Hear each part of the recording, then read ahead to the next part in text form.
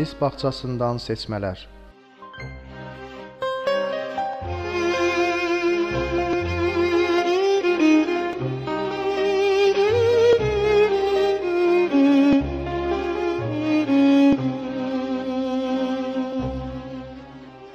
Peyğəmbər salavatullah buyurub: heç kəsə qardaşının razılığı olmadan onun malından heç nə halal deyil.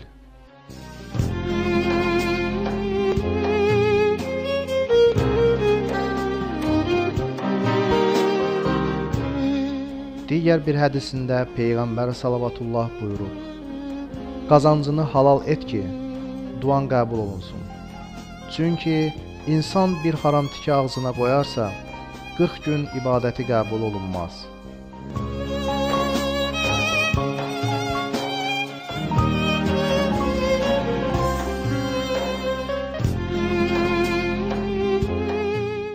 İmam Əli əleyhissalam buyurub: sənə halaldan istifadə etməyi, ailənə yaxşılıq etməyi və bütün hallarda Allahı yad etməyi tövsiyə edirəm.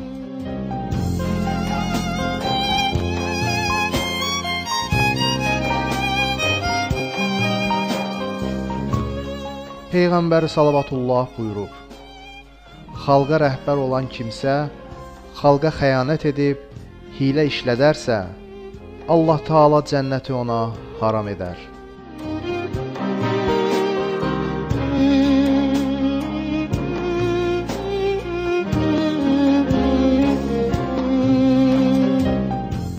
İmam Cəfər Sadiq əleyhissalam buyurub: qılınc vurmaq halal mal əldə etməkdən asandır.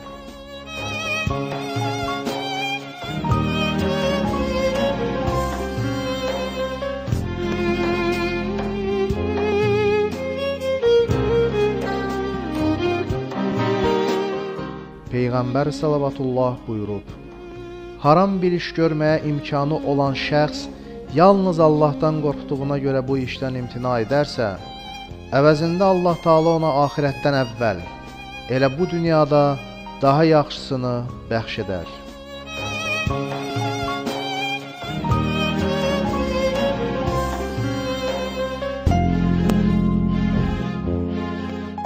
İmam Əli əleyhissalam buyurub: əgər kəramət və alicənablıq istəyirsənsə, haramlardan uzaqlaş.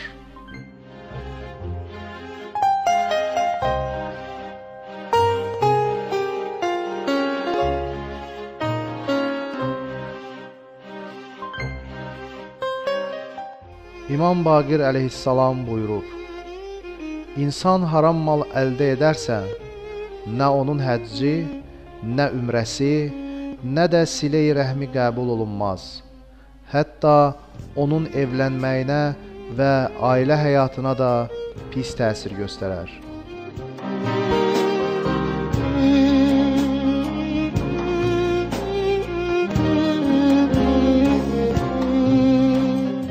İmam Əli əleyhissalam buyurub: ən gözəl əxlaqi xüsusiyyət haramlardan çəkinməkdir.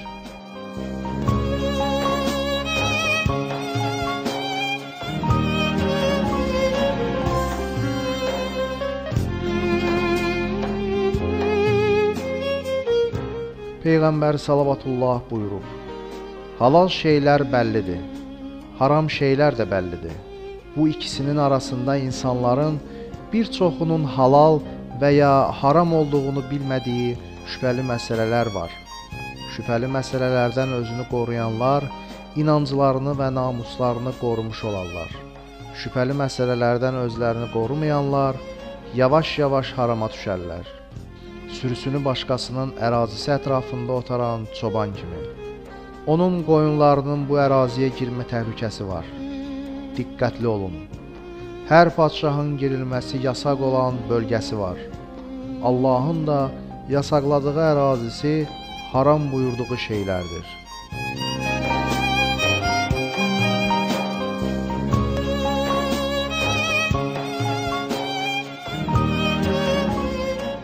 İmam Əli əleyhissalam buyurub: gözəl əxlaq 3 şeydədir: haram işlərdən uzaqlaşmaqda, halal dalınca getməkdə, ailənin əsayişini və rifahını təmin etməkdə.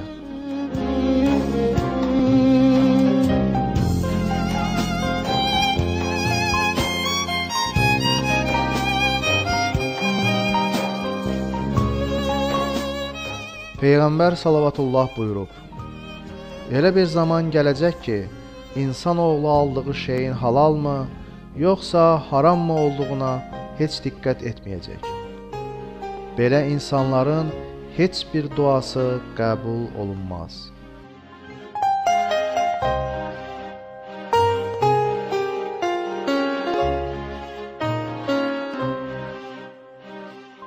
Peyğəmbər salavatullah digər bir hədisində buyurub: İçkiyə mübtəla olmağın günahı bütə ibadət etməyin günahına bərabərdir.